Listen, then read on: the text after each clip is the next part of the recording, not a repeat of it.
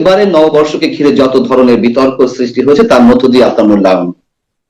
ধন্যবাদ আপনাকে। শুভ নববর্ষ এবং দর্শক শ্রোতাকেও শুভ নববর্ষ। এবারের আনন্দ শোভাযাত্রা, আগে ছিল মঙ্গল শোভাযাত্রা।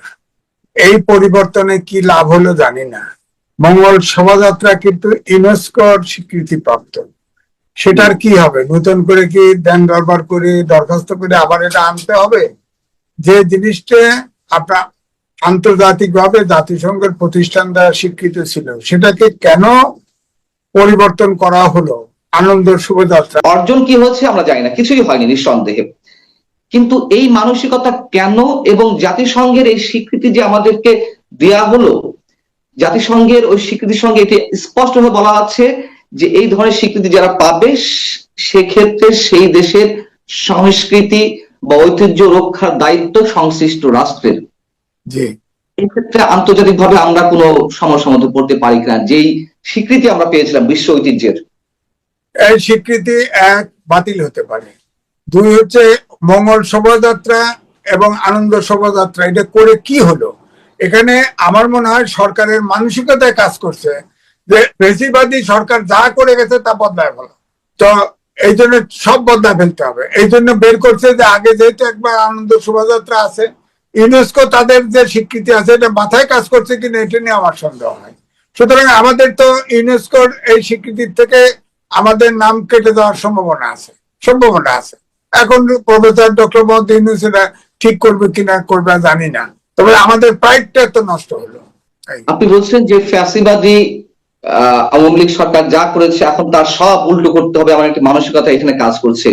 আওয়ামী লীগ যদি ফ্যাসিবাদ হয়ে থাকে, আওয়ামী লীগের মধ্যে ওই ধরনের কাজ করতো যে তারা এককভাবে রাজনীতি করবে, অন্য কারোর কথা শুনবে না, বা বিএনপি যা বলতো সবসময় তারা উল্টোটা করতো, তাহলে পার্থক্যটা কি তার সঙ্গে এখন সরকারের মধ্যে? আচ্ছা, সরকার পরিচালনায় কোথাও কি কোনো ব্যতিক্রম আছে? এই সরকার আগের সরকারের সব ট্রু কপি। আপনি বললেন মেঘলাকে গ্রেফতার করার পরে ফেসিবাদের সাথে এই সরকারের পার্থক্য আছে? আপনি বলেন। এখন বাড়তি হলো খালি আয়না ঘরে ঢুকানো। এই সরকার তো এখন আয়না ঘরে ঢুকাইতে দ্বিধা করবে না। তো এক ধরনের আয়না ঘরে তো জেলখানায় ঢুকাইছে। তো ওই মেঘলাকে যদি আয়না ঘরে এক জায়গায় বন্দি করে রাখতো তাহলে আয়না ঘর হয়ে যেত। তো তাহলে তো একই হলো। ফেসিবাদ বলেন আর যত সরকার আগে যা করলেন এরশাদের আমলে বলেন, যা ঘটতেছে তাই ঘটতেছে, নূতন তো কিছু ঘটতেছে না। এই জন্যই বলছি যে আমাদের কিন্তু চরিত্র পাল্টায় নাই। তো আমাদের দেশ পরিচালনার পদ্ধতিও পাল্টায় নেই, অথচ সরকারে 21 জন লোক সরকার ধরে বসে আছে, কোনো কিছু ঠিক নাই। অর্থনীতির চাক্কা ঘুরছে না, কোনো বিনিয়োগ নাই। এই যে বিনিয়োগ সম্মেলন হলো, এখানে 3100 কোটি টাকার অনুদানের আশ্বাস পেল। এটা আসবে, আশ্বাস পেল, এটা আসবে না। অন্তর্বর্তীকালীন সরকারকে কেউ কোনো টাকা সেই দেশে ইনভেস্ট করতে পারে না। যেমন ধরেন 8 মাস আপনার এই সরকার ক্ষমতায় আছে, $2.1 বিলিয়ন আপনার প্রতিশ্রুতি পেয়েছে, তারা সাহায্য পাবে, একটি টাকাও পায়নি। আবার IMF এর ফেসিবাদী সরকার এগ্রিমেন্ট করে গেছে, তার 3rd কিস্তি আটকে গেছে। IMF এর প্রতিনিধি এসে গেল না, আরো নানান শর্ত দিয়ে গেছে, তাতে মনে হয় সেটাও সেই কিস্তি ফিরবে কিনা জানি না। IMF এর কিস্তি আটকে তখনই যখন মনে করে ওই দেশ তার লোন শোধ করতে পারবে না, অর্থাৎ আমরা এই অবস্থায় আছি। হ্যাঁ, তো এই জন্য আমি বলছি। তারপরে ধরেন ওয়ার্ল্ড ব্যাংক কিন্তু অলরেডি প্রতিবেদন দিছে, এবারে আমাদের জিডিপি গ্রোথ হবে 4.3%। আবার 26 সালে আমরা উন্নয়নশীল দেশে যাব, সেখানে কিন্তু আপনার ট্যাক্স, সুদ টুদ সবকিছু, এক্সপোর্ট ইম্পোর্টের সব কষ্ট বেড়ে যাবে। হ্যাঁ, তো আমরা দেশটা কোথায় নিয়ে যাচ্ছি আমি জানি না। তারপরেও ধরেন এই নির্বাচন নিয়ে আপনার টালমাটাল, কবে নির্বাচন, কোথায়, এটা ধোঁয়াশা কাটতেছে না। চিফ অ্যাডভাইজার আপনার 2 জনকে নিয়ে বসলো যে দ্রুত সংস্কার করে নির্বাচন ডিসেম্বর অথবা জুনের মধ্যে দেওয়া। আপনার দেখেন প্রেস উইং থেকে 3 জন শিক্ষিত সাংবাদিক আছে, তারা 3 বার কারেকশন দিছে এই 1 লাইন দিতে, 3 বার কারেকশন। তার মানে কি সরকারের ভিতরে সরকার আছে? অর্থাৎ ডক্টর প্রফেসর ইউনূস সাহেব ইলেকশন দিতে চাইলেও ভিতর থেকে বোধহয় নির্বাচন দিতে চায় না। একবার লেখছে যে ডিসেম্বরের ভিতর নির্বাচন, আবার বলছে না ভুল হয়েছে, জুনের ভিতরে ইলেকশন। আরে জুনে তো ঝড় বৃষ্টি কাদা, ওখানে জুনে নির্বাচন হবে কি করে? বলতে হবে আপনার প্রশাসন বিভাগের প্রশাসন সংস্কার কমিশনের প্রধান তিনি বলেছিলেন যে ডিসেম্বরে হয়তো নির্বাচন করা সম্ভব হবে না, তবে অবশ্যই আপনার ডিসেম্বরের পরে 2-3 মাসের ভিতরে একটা নির্বাচনের ডেট দিয়ে দেওয়া উচিত, নির্বাচন দিয়ে দেওয়া উচিত। উনি খুব খোলা মনে বলছে, এটা তো বিশ্বাস করছি আমি। কিন্তু ডক্টর মোহাম্মদ ইউনূস যখন কথা বলে তখন তো বিশ্বাস হয় না। আবার আপনারা দেখেন উপদেষ্টা, 2 উপদেষ্টা বলেও ফেলছে, একজন ছাত্র নেতাও বলে ফেলছে যে তারা তাদের আকাঙ্ক্ষা হচ্ছে 5 বছর সরকার থাকুক, আবার নির্বাচিত প্রধানমন্ত্রী থাকুক ডক্টর মোহাম্মদ ইউনূস। তো তাহলে পার্টি করতে বলেন, নির্বাচন করতে বলেন, জিততে বলেন। হ্যাঁ, আপনারা যারা বলতেছে তারা নির্বাচনে গেলে তো সবগুলোর জামানত বাজেয়াপ্ত হবে, নির্বাচন দিয়ে দেখুক না, আবার 5 বছর থাকার ইচ্ছা। তো এই জন্য বলছে তারা এত জটিলতা তৈরি না করে, দেশটা চলছে না, নির্বাচন দিয়ে তারা আমার মনে হয় নির্বাচিত সরকারের হাতে ক্ষমতা হ্যান্ডওভার করা উচিত। এই কথা তো আপনারা গত 8 মাস ধরে বলছেন যে দ্রুত নির্বাচন দেওয়া উচিত, কিন্তু টনক কি নড়ছে সরকারের কোনো ধরনের কোনো নড়ছে না। তারা একই বক্তব্য দিয়ে যাচ্ছে, একই রকম বক্তব্য দিয়ে যাচ্ছে, অর্থাৎ যতক্ষণ পারি থেকে যাই। অর্থাৎ চেয়ারের লোভ বোধহয় অনেকেই সামলাতে পারছে না, চেয়ারে বসে গেছে। তাদের যে পরিকল্পনা, তাদের যে ডিজাইন, ক্ষমতা দীর্ঘস্থায়ী করতে বা 5 বছর ক্ষমতায় থাকা, এটি কি তারা বাস্তবায়ন করতে পারবে? আপনার কি মনে হয় আপনার অভিজ্ঞতা থেকে? প্রশ্নই আসে না। বিএনপির সাথে ডেট আছে, আলোচনা করবে, রোড ম্যাপ না দিলে আন্দোলনে যাবে। আবার জামাত দেখেন বলে যে সব দোষ বিএনপির ঘাড়ে চাপাইছে, বিএনপির খালি নির্বাচন চায়। জামাত ইতিমধ্যে 300-র ভিতরে 350 সিটে নমিনেশন দিয়ে ফেলছে।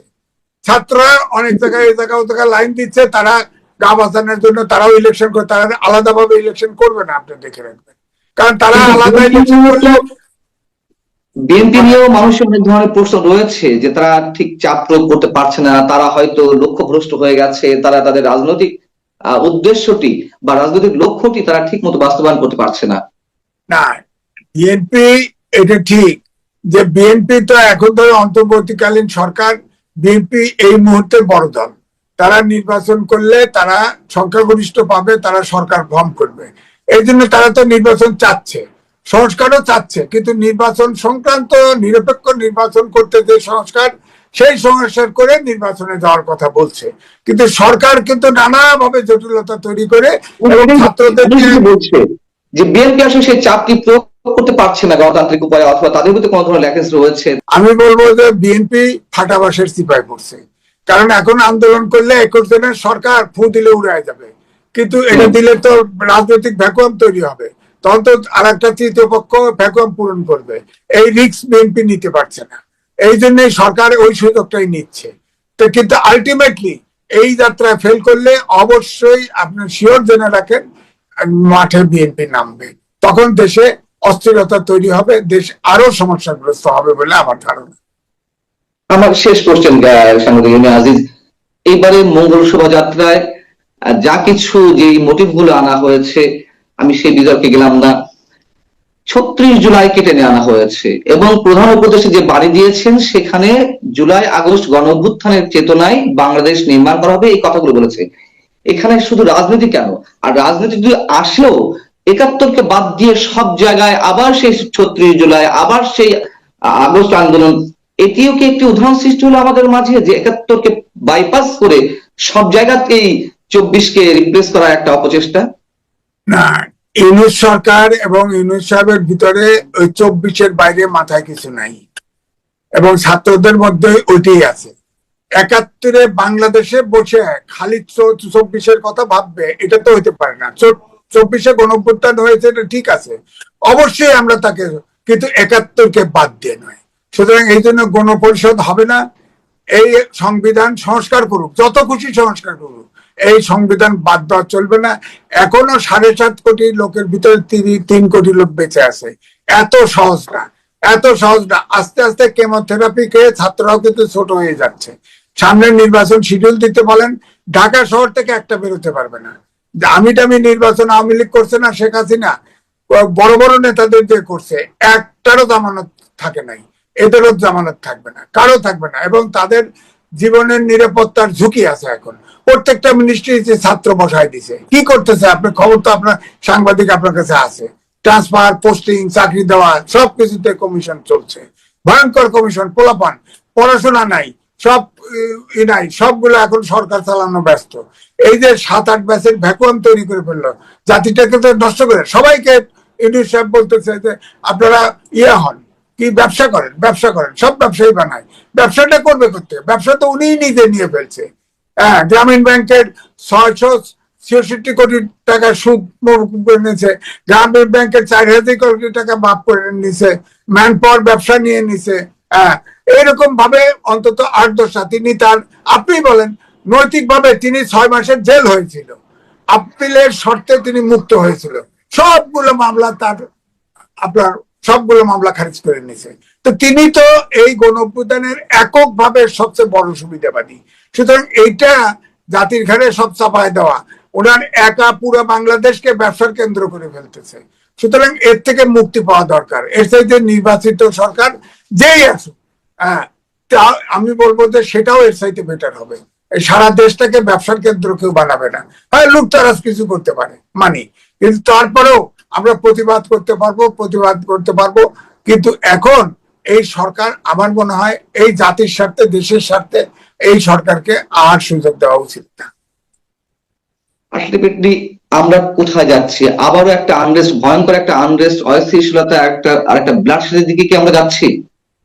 আমার কাছে তো তা মনে হচ্ছে, কারণ পাশের পার্শ্ববর্তী দেশ ভারত আছে, এবং সেখানে 1000 আওয়ামী লীগের নেতা ওখানে আছে।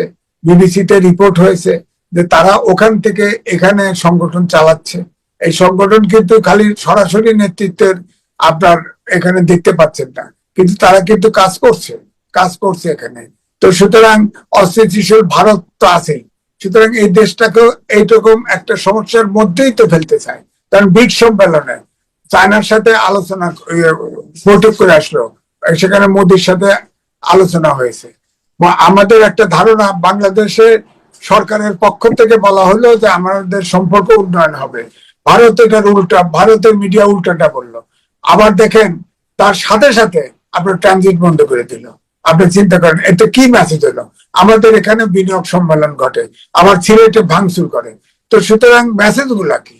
মেসেজ গুলোই হচ্ছে প্রত্যেকটা জায়গায়। আবার দেখেন এই যে মঙ্গল আনন্দ শোভাযাত্রা হবে, আপনার ফেসিবাদী মুখ পোড়ায় দিল। তো সমস্যা তো অন্ত নাই। এটা তো সমস্যার সমাধানে কোনো মতো ওই পিসপিল বেসিসে সমাধান করা হচ্ছে, এই শোভাযাত্রা হলো। সুতরাং দেশটা যতক্ষণ ভাবে স্থায়ীভাবে রাজনৈতিক সমস্যার সমাধান না হবে, ততক্ষণ পর্যন্ত বিনিয়োগ আসবে না, ব্যবসা চলবে না, দেশের মানি ফ্লো থাকবে না। এখন ধরুন আবার বিদ্যুতের দামও বাড়ায় দিছে। এখন দেখবেন সামনে বিদ্যুতের দাম বাড়ায় দিল, সব মার্কেট প্রাইস বেড়ে যাবে। সয়াবিনের তেল দাম বাড়া, চালের দাম বাড়া। আবার সামনের 26 সালে উন্নয়নশীল দেশে যাব, সেখানে দেখবেন আরেক ধাপ বাড়বে। তা আমরা তো দেশে ক্রাইসিসে, আমরা তো ফেল স্টেটের দিকে যাচ্ছি। আমরা তো নিয়ন্ত্রণ, খালি আন্তর্জাতিক খ্যাতি সম্পন্ন লোক সরকারে আছে বলে সব সমাধান হয়ে যাবে, তা তো হচ্ছে না।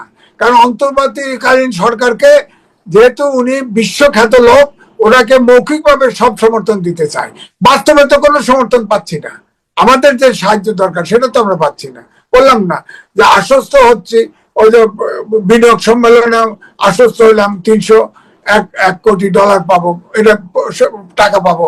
এটা 3,100 কোটি টাকা বিনিয়োগের জন্য কি টাকা যথেষ্ট? আপনি বলেন। একটা ব্যবসা করতে তো এর চেয়ে বেশি টাকা লাগে। বলেন, একটা টেলিভিশন করতে তো 200 কোটি টাকা লাগে। বলেন আপনি, একটা টেলিভিশন নতুন করতে গেলে মিনিমাম 200-300 কোটি টাকা হিসাবটা দেওয়া হচ্ছে। অন্যবার যেমন ডলারে মিলিয়ন ডলারে হিসাবে দেওয়া হয়, এই জন্য এটি টাকার অঙ্কে নিয়ে এসে একটু বাড়িয়ে দেখা হচ্ছে 3,100 কোটি টাকা। না, ঠিক আছে, হ্যাঁ তা ঠিক, কিন্তু আমি আগে বললাম না, 8 মাসে 2.1 বিলিয়ন ডলার আমরা প্রতিশ্রুতি ইউনিট সরকার পেয়েছে যে আমরা এই টাকা সাহায্য পাবো। 1টি টাকাও তো দেশে আসতেছে না, IMF ফিরে যাচ্ছে।